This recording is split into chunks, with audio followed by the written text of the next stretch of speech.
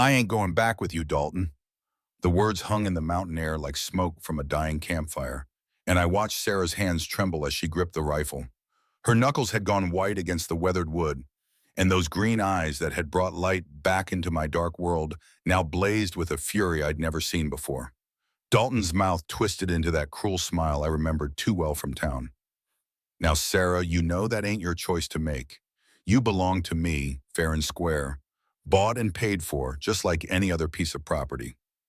Before we embark on this incredible journey together, I have a small, heartfelt favor to ask. Please subscribe to my wow channel, give this video a thumbs up. It costs you nothing but means the world to me. And let me know in the comments which beautiful corner of the world you're watching from. Your support truly makes all the difference.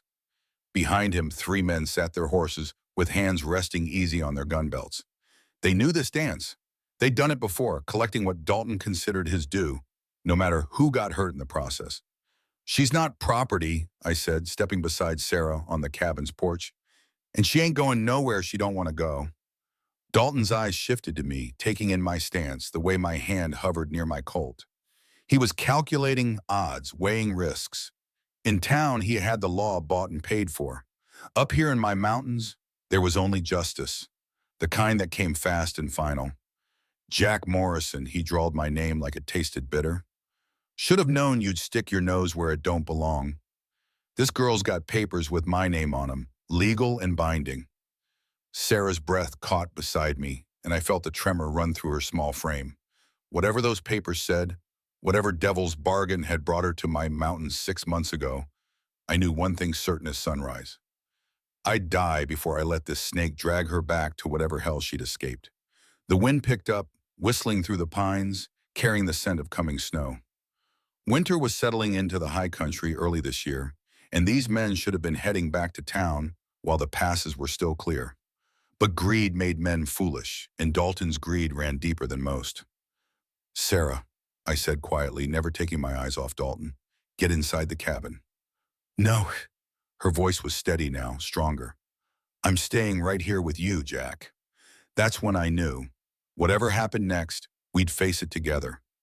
But as Dalton's hand dropped toward his gun, I realized our peaceful mountain sanctuary was about to become a battleground. And some battles change everything.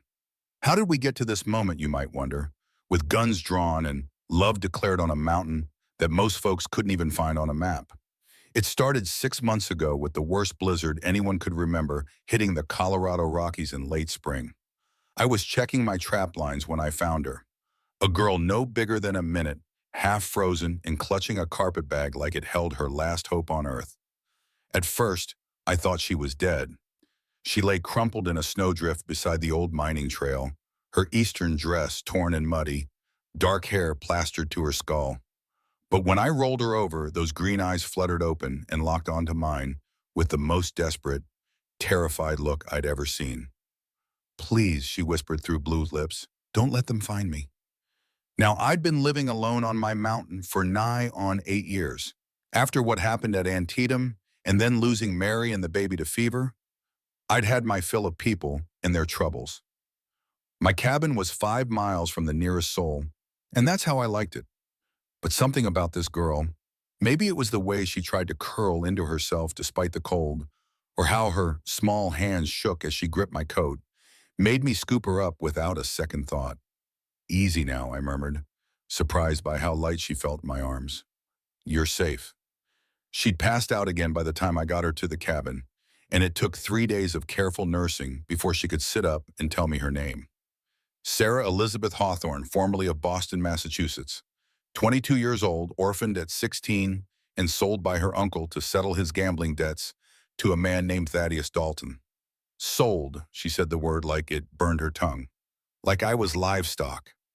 I was stirring beans at the stove when she told me this, trying to keep my face neutral, while rage built in my chest like a banked fire. The spoon clattered against the pot as my hand tightened.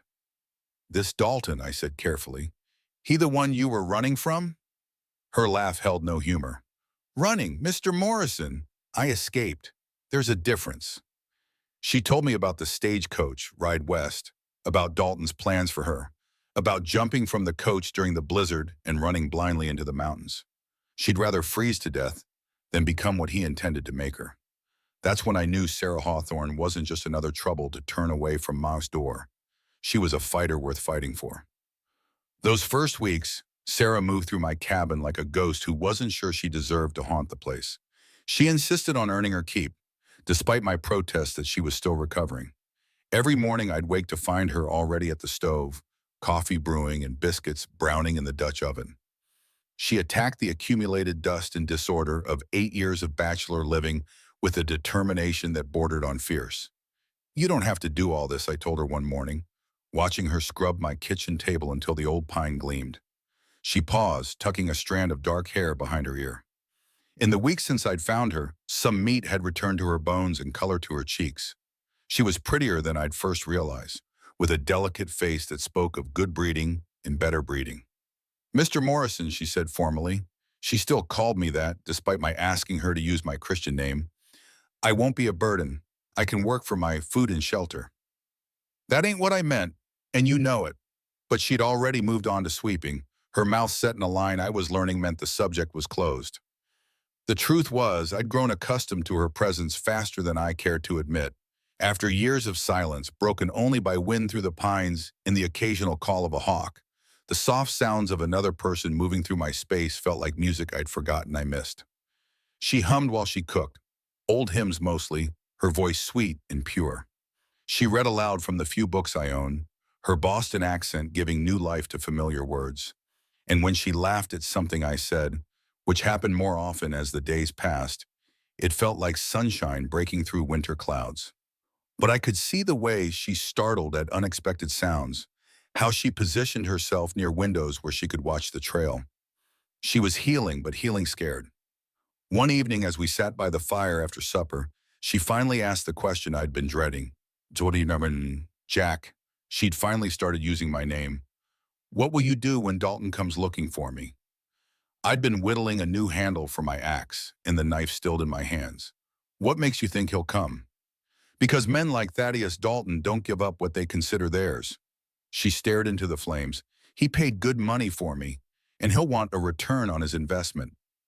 The way she said it, flat and matter-of-fact, made my jaw clench. "You ain't property, Sarah, no matter what papers he's got. The law might see it differently. The law don't reach this mountain." I set down my whittling and looked at her directly, "And even if it did, I wouldn't let him take you." Her green eyes met mine across the firelight, and something passed between us that changed everything without either of us saying another word. But I should have known that promises, even well-meant ones, sometimes come with a price higher than a man expects to pay. Spring came early to the mountains that year, and with it, the slow revelation that Sarah Hawthorne was even more remarkable than I'd imagined. She knew things, practical things that most Eastern ladies wouldn't soil their gloves learning. She could set a rabbit snare, identify edible plants, and when I came back from checking trap lines with a bullet graze across my shoulder from a spooked bear, she cleaned and dressed the wound with steady hands. "My father was a doctor," she explained, threading needle with practiced efficiency. "Before he died, he taught me that knowledge was the one thing no one could take away from a woman." "Smart man," I said through gritted teeth as she worked. "Smart enough to hide money where my uncle couldn't find it." She tied off the bandage neatly. "That's how I lived after Papa died, tutoring children, doing needlework. I had a little room above Mrs. Patterson's bakery and thought I'd made a life for myself." "What happened?" Her hand stilled. "Uncle Clarence found me. Turned out he'd been looking for 2 years, and when his gambling debts caught up with him," she shrugged, "he said I was his blood kin, his responsibility. Said I owed him for the years he'd fed and housed me as a child." The injustice of it made my hands clench. "And the law backed him?" "Men stick together, especially when there's money involved." She packed away her medical supplies with sharp, efficient movements. "Dalton wanted an educated wife, someone who could help him climb Denver's social ladder. Uncle Clarence wanted his debts cleared, simple business transaction. Except you ain't business to transact." She looked at me then, and I saw something flicker in her eyes, surprise maybe, or gratitude. "No," she said quietly, "I'm not." That night I lay awake listening to her soft breathing from behind the curtain I'd hung to give it her privacy in the cabin's single room. I thought about her story, about the men who treated her like property to be traded. The anger that had been simmering in my chest for weeks finally crystallized into something harder and more dangerous. I'd kill Dalton before I let him lay hands on her. The certainty of it should have disturbed me, but it didn't. The next morning, I found her in my garden patch, examining the soil with interest. "This could be really productive," she said, not looking up. "The drainage is good, and you've got excellent sun exposure. With the right planning, you could grow enough vegetables to last through winter and maybe even have surplus to trade. You know about farming too?" She smiled, and it transformed her whole face. "Papa believed in practical education. I can grow turnips as easily as I can conjugate Latin verbs." "Latin?" I couldn't hide my amazement. "And French, and a little German." She dusted soil from her hands. "I told you, Papa thought knowledge was power. He wanted me prepared for whatever life brought. Don't think he expected life to bring you a mountain man in Colorado." "No," she said softly, but her eyes held mine. "I don't think he did, but I think he'd approve of you, Jack Morrison." The words hit me harder than I expected, and I had to look away before she could see what they did to me. But later, working alone in the woods, I admitted the truth I'd been fighting for weeks. Somewhere between finding her in that snowdrift and watching her tend my wounds, I'd started falling in love with Sarah Hawthorne, and that made her more precious than my own life. The morning I rode down to Cedar Falls for supplies was the morning everything changed, though I didn't know it at the time. Sarah had given me a list written in her neat school teacher's hand: sugar, flour, coffee, fabric for new curtains. Ordinary things that somehow felt extraordinary because she'd asked for them. She was making my cabin into a home, and I was fool enough to let hope bloom in my chest like wildflowers after rain. Tom Bradley, who ran the general store, looked surprised to see me. "Jack Morrison, been near 3 months since you've come to town?" "Needed supplies," I said, handing him the list. He studied it, eyebrows raising. "Sugar and fabric? You planning to take up baking and sewing?" I grunted non-committally, but Tom had known me since before the war. He read the signs like tracks in snow. "Heard tell there's been some folks asking questions about a missing girl," he said casually, measuring out flour. "City fellow named Dalton had some unsavory types with him, offering good money for information." My blood turned cold. "Hortense, what kind of questions?" "Looking for a young woman, dark hair, green eyes. Said she stole something valuable from him." Tom's eyes met mine. "You wouldn't know anything about that, would you, Jack?" "Can't say I would." The lie came easily, but Tom knew it for what it was. He nodded slowly. "Well, if you did happen to come across such a person, you might want to know that Dalton fellow ain't the type to give up easy. He's been staying at the hotel, sending his men out daily to search the mountain roads." My throat felt tight. "Appreciate the information, Tom." "Jack," Tom's voice stopped me at the door. "Whatever trouble you found yourself in, you got friends in this town. Don't forget that." I rode home hard, supplies bouncing in my saddlebags, mind racing. Sarah had been right. Dalton had come looking, and he wasn't giving up. I found her in the garden, tending the vegetables she'd planted. She wore one of my old shirts over her dress, sleeves rolled up, a smudge of dirt across her cheek. The sight of her, so alive and vibrant in the afternoon sun, made my chest ache. "You're back early?" she said, straightening, but her smile faded when she saw my face. "What is it? What's wrong?" "Dalton's in town, been there for days, asking questions." All the color drained from her face. She sank down on the garden's edge, hands pressed to her mouth. "I knew this day would come," she whispered. "I've been living in a dream, thinking I could stay hidden forever." I knelt beside her, taking her dirt-stained hands in mine. "Sarah, look at me." Her green eyes were bright with unshed tears. "I meant what I said before. I won't let him take you. Jack, you don't understand what kind of man he is. He has money, influence. He probably has the law on his side. Then we'll make our own law." She shook her head. "I won't let you throw your life away for me. I'll go back, face whatever he—" "No," the word came out harsher than I intended. "You ain't going back to him. Not now, not ever." "Then what do you propose we do? Run? Hide?"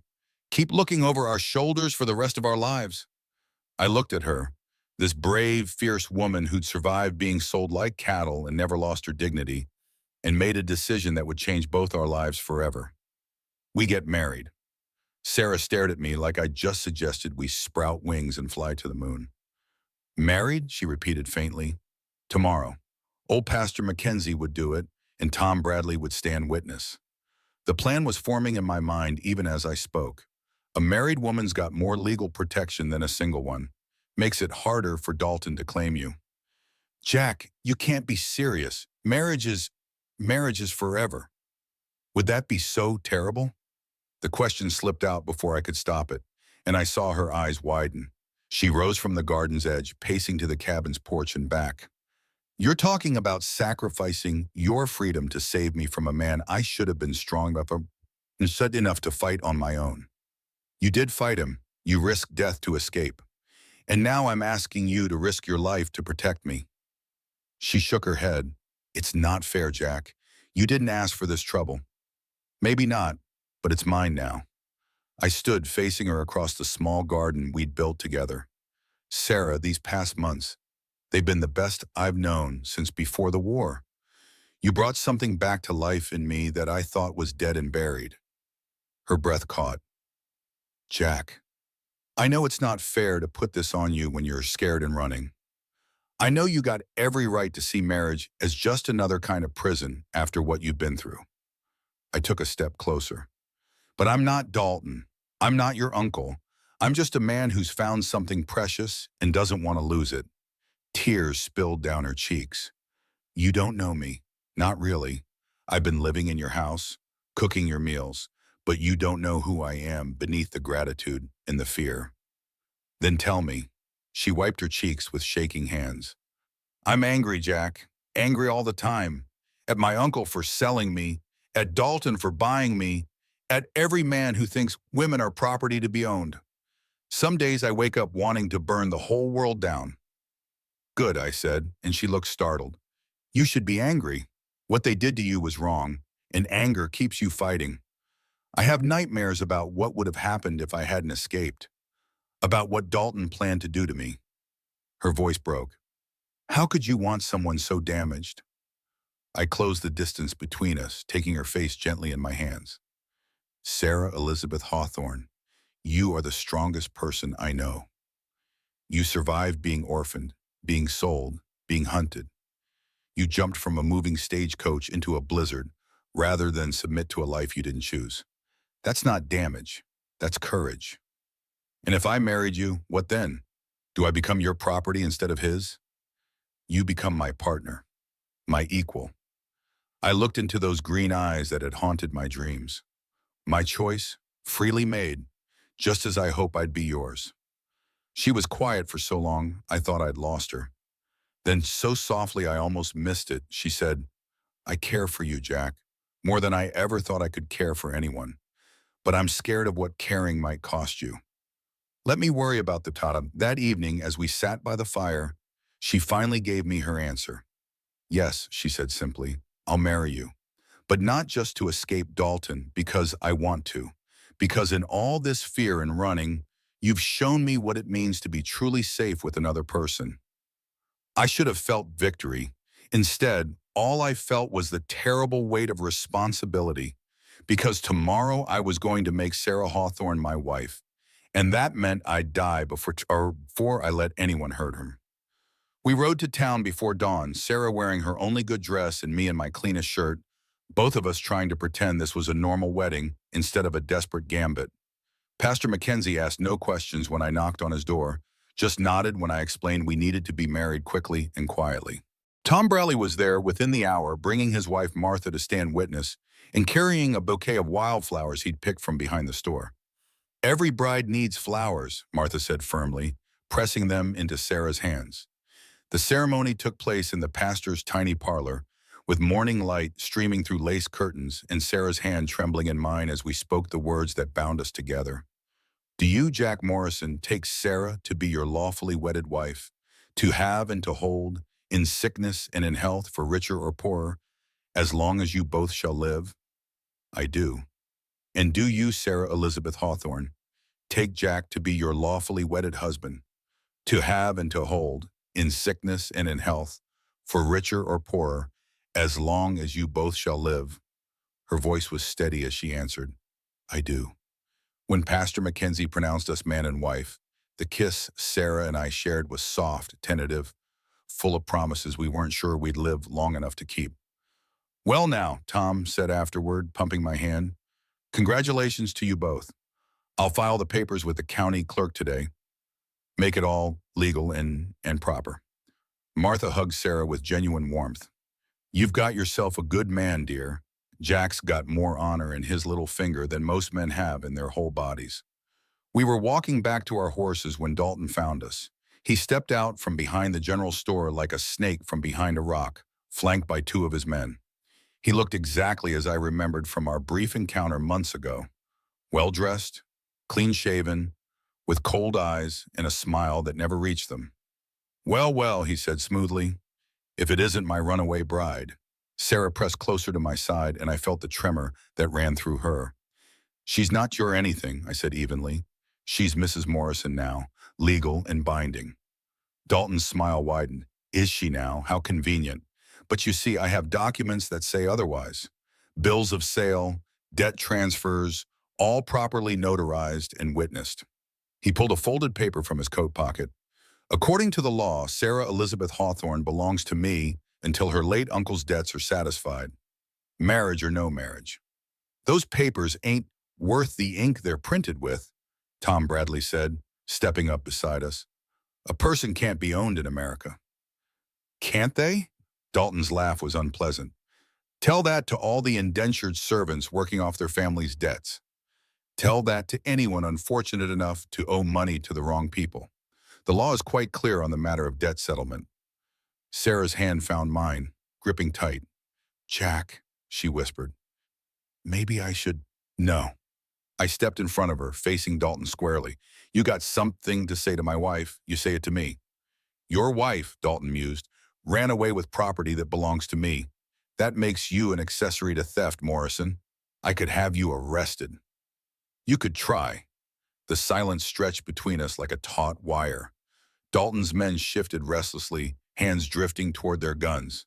Pastor Mackenzie and the Bradleys watched with growing alarm. Finally, Dalton smiled again, that cold, calculating expression that made my skin crawl. "I'm a reasonable man, Morrison. I'll give you 24 hours to consider your options. Return what's mine, and we'll call it even. Force my hand, and things will become unpleasant." He tipped his hat mockingly to Sarah. "Until tomorrow, my dear." As he and his men disappeared around the corner, Sarah sagged against me. "He'll never give up," she whispered. "Never."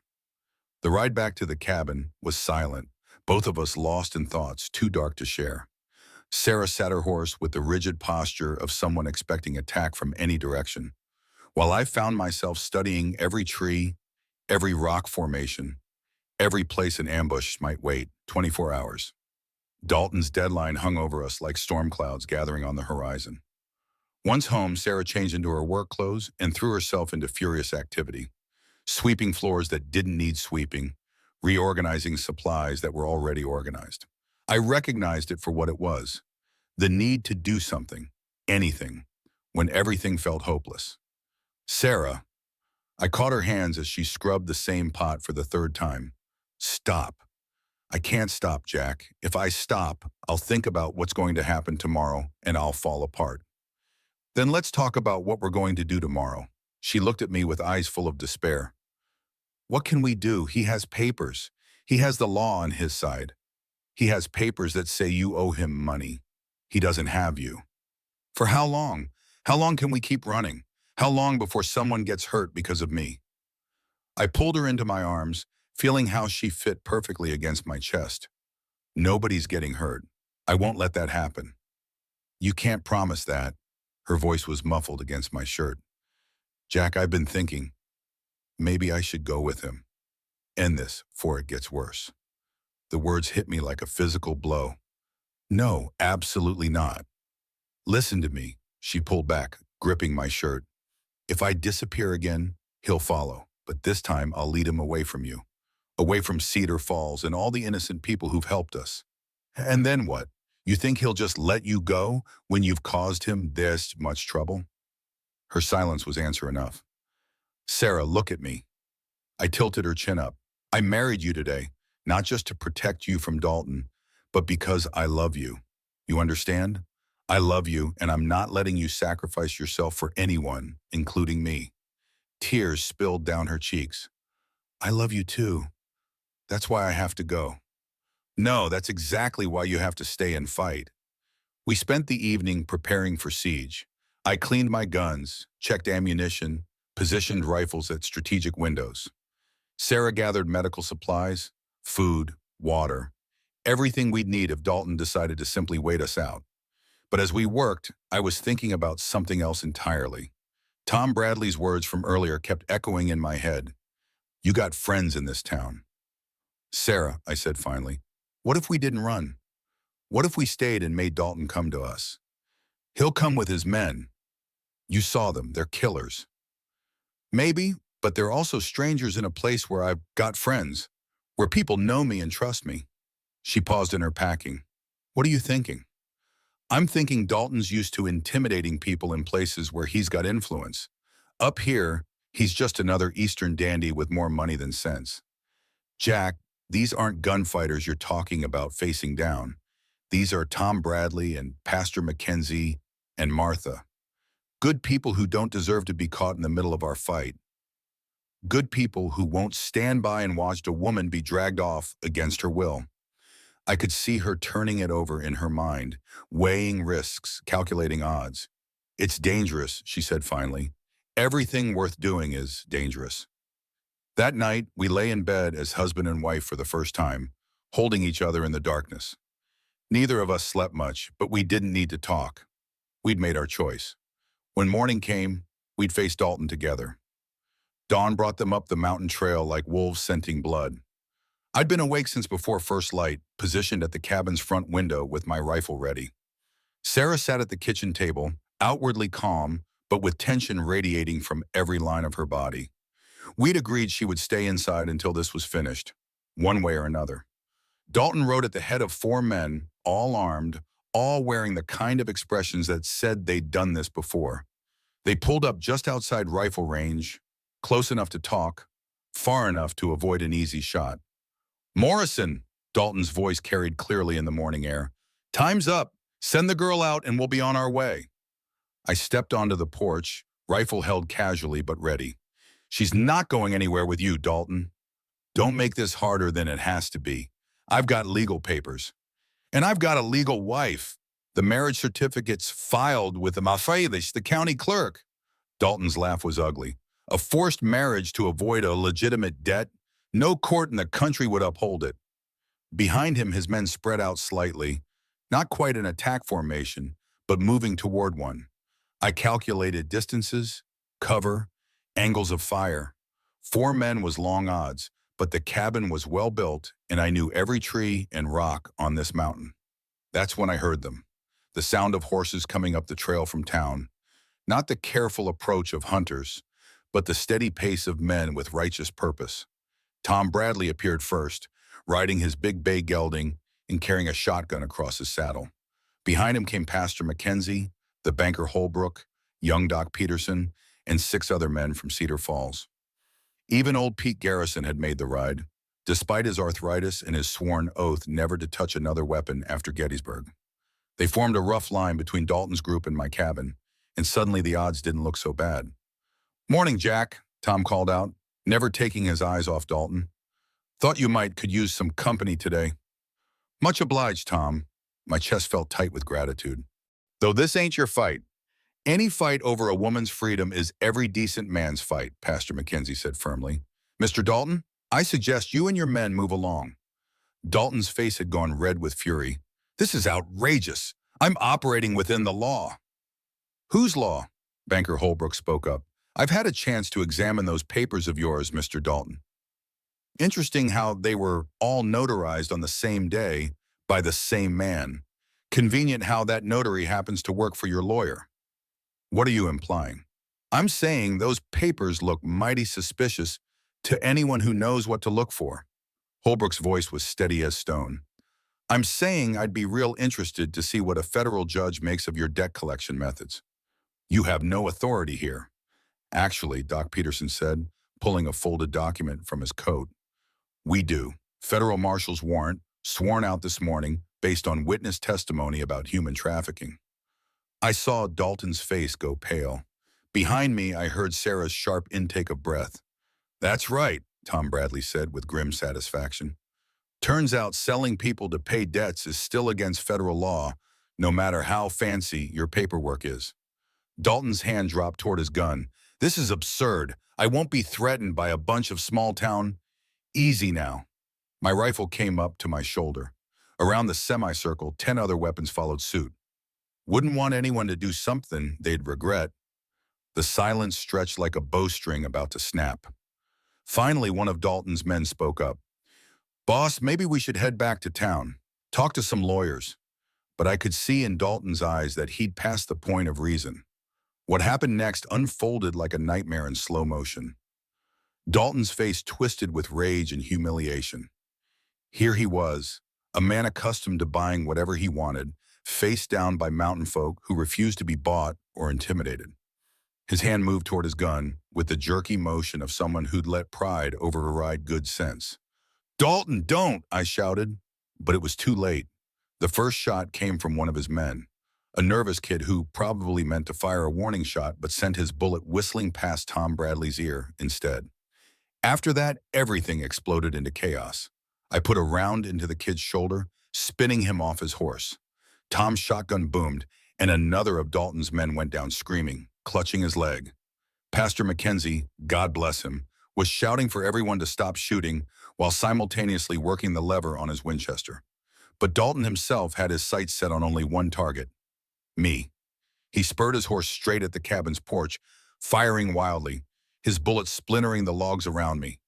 I dove for cover as his horse thundered past, rolling behind the porch rail as chips of wood exploded where my head had been. Jack! Sarah's scream cut through the gunfire. I looked up to see Dalton wheeling his horse around for another pass, his face a mask of murderous intent. But this time he wasn't aiming at me. He was aiming at the cabin's front door, where Sarah had appeared with my spare rifle in her hands. Time seemed to slow. I saw Dalton's finger tighten on the trigger. Saw Sarah trying to bring her rifle up to bear. Saw that she wasn't going to make it in time. I threw myself sideways, rifle coming up, and put a bullet through Dalton's chest just as his shot shattered the doorframe inches from Sarah's head. Dalton pitched backward off his horse, hit the ground hard, and didn't move again. The sudden silence was deafening. Gun smoke drifted across the clearing like morning fog, and somewhere a wounded horse was screaming until Doc Peterson put it out of its misery. Sarah was still standing in the doorway, rifle in her hands, staring down at Dalton's body with an expression I couldn't read. Sarah, I called softly. She looked at me then, and I saw tears streaming down her face.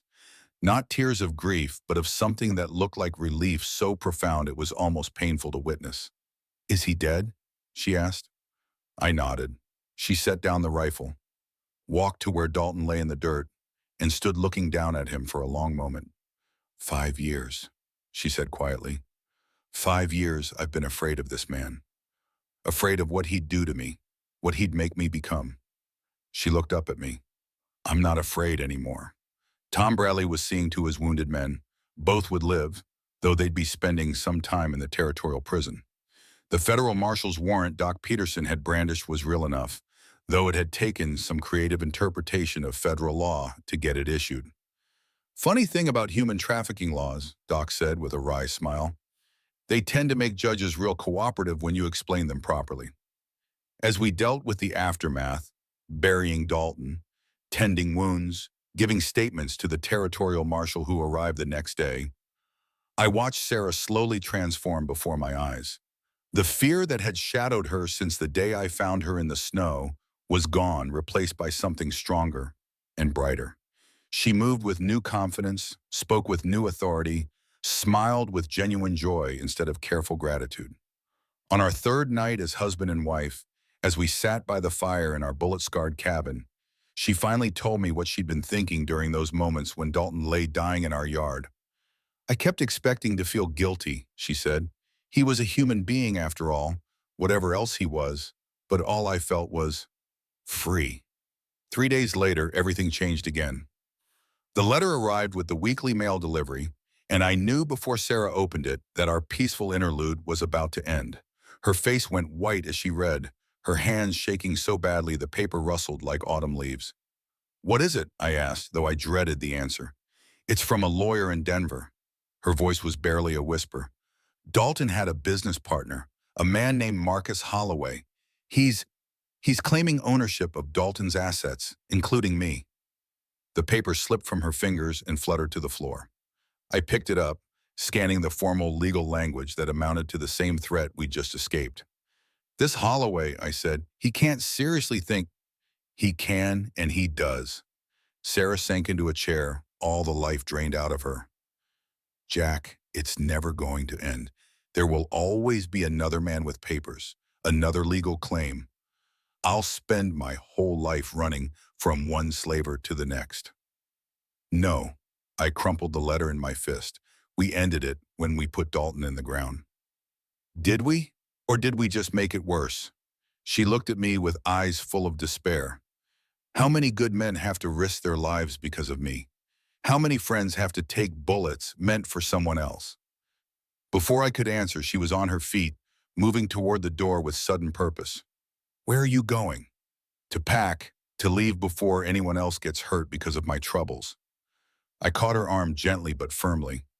"Sarah Morrison, you took vows 3 days ago, in sickness and health, for better or worse.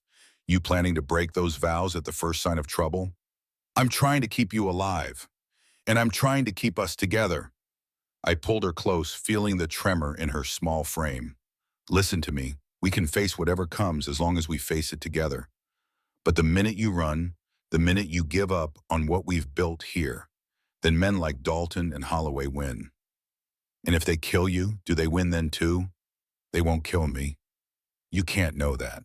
I was quiet for a moment, thinking about the letter, about the long chain of men who seemed to think they owned pieces of Sarah Elizabeth Hawthorne Morrison. "Maybe it's time we stop playing defense," I said finally. She pulled back to look at me. "What do you mean?" "I mean, maybe it's time we took the fight to them. This Holloway, he's in Denver, right? Big city, lots of people, lots of witnesses." "Jack, you can't be serious. March into Denver and confront a wealthy businessman on his own territory?" "Why not? You said it yourself. These men stick together when there's money involved. But they're also cowards. They hide behind lawyers and hired guns because they don't have the stomach for real fighting." I could see her turning the idea over, weighing possibilities. "It would be dangerous," she said, "more dangerous than waiting here for the next group of killers to find us. We'd need help, evidence, some way to prove the whole debt scheme was fraudulent. Tom Bradley knows people in Denver, bank examiners, federal prosecutors, men who don't like seeing the law twisted to serve private greed." For the first time since reading the letter, Sarah smiled, a small, fierce expression that reminded me why I'd fallen in love with her courage. "You really think we could end this, once and for all?"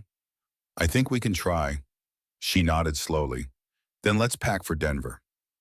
But as I watched her move around the cabin, gathering what we'd need for the journey, I couldn't shake the feeling that we were walking into something far more dangerous than either of us imagined.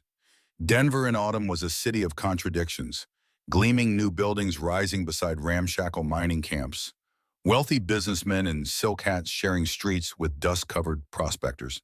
And somewhere in this maze of ambition and greed was Marcus Holloway, the man who thought he could buy and sell human beings like livestock. We found him exactly where Tom Bradley's contacts said we would, in his office on Larimer Street, surrounded by the trappings of respectability he'd built on the backs of other people's misery. The federal marshal who accompanied us, a lean, weathered man named Carson who'd fought alongside Tom in the war, laid the evidence on Holloway's mahogany desk with the satisfaction of a man who'd been waiting years for this moment. "Falsified debt documents," Carson said, ticking off items, "forged notary seals, witness testimony from 12 women who were sold to pay family debts that didn't exist." He looked up at Holloway with cold eyes. "Human trafficking, fraud, conspiracy. You're looking at 20 years in federal prison." Holloway, a soft-faced man with the pale complexion of someone who'd never done an honest day's work, tried to bluster. "This is outrageous. I'm a respected businessman. I demand to see my lawyer." "Your lawyer's been arrested too," Carson said mildly. Amazing how quickly men talk when they realize they're facing prison time. I watched Sarah throughout the confrontation, saw how she stood straighter with each revelation, how her voice grew stronger as she gave her testimony. This wasn't the frightened girl I'd found in the snow. This was a woman who'd discovered her own power and wasn't afraid to use it. When it was over, when Holloway had been led away in chains and the last of the paperwork was signed, Sarah and I walked out into the Denver sunlight as truly free people for the first time since we'd met. "It's really over," she said, wonder in her voice. "It's really over." We were married in the eyes of God and law, the debt collectors were in prison, and the mountain was waiting for us to come home. But first there was something I needed to say. "Sarah," I began, then stopped, overwhelmed by everything I felt for this remarkable woman who turned my isolated existence into a life worth living. She smiled, understanding without words. "I know, Jack. I love you too." We returned to our mountain cabin as the first snow began to fall, our home scarred but still standing, our future uncertain but entirely our own.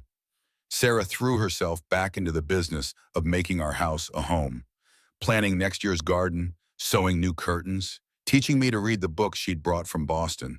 And on quiet evenings by the fire, when the wind howled through the pines and the world felt very far away, she'd tell me stories of the life she'd dreamed of as a girl, stories that now included a gruff mountain man who'd learned to love again. Our first winter together was hard but good.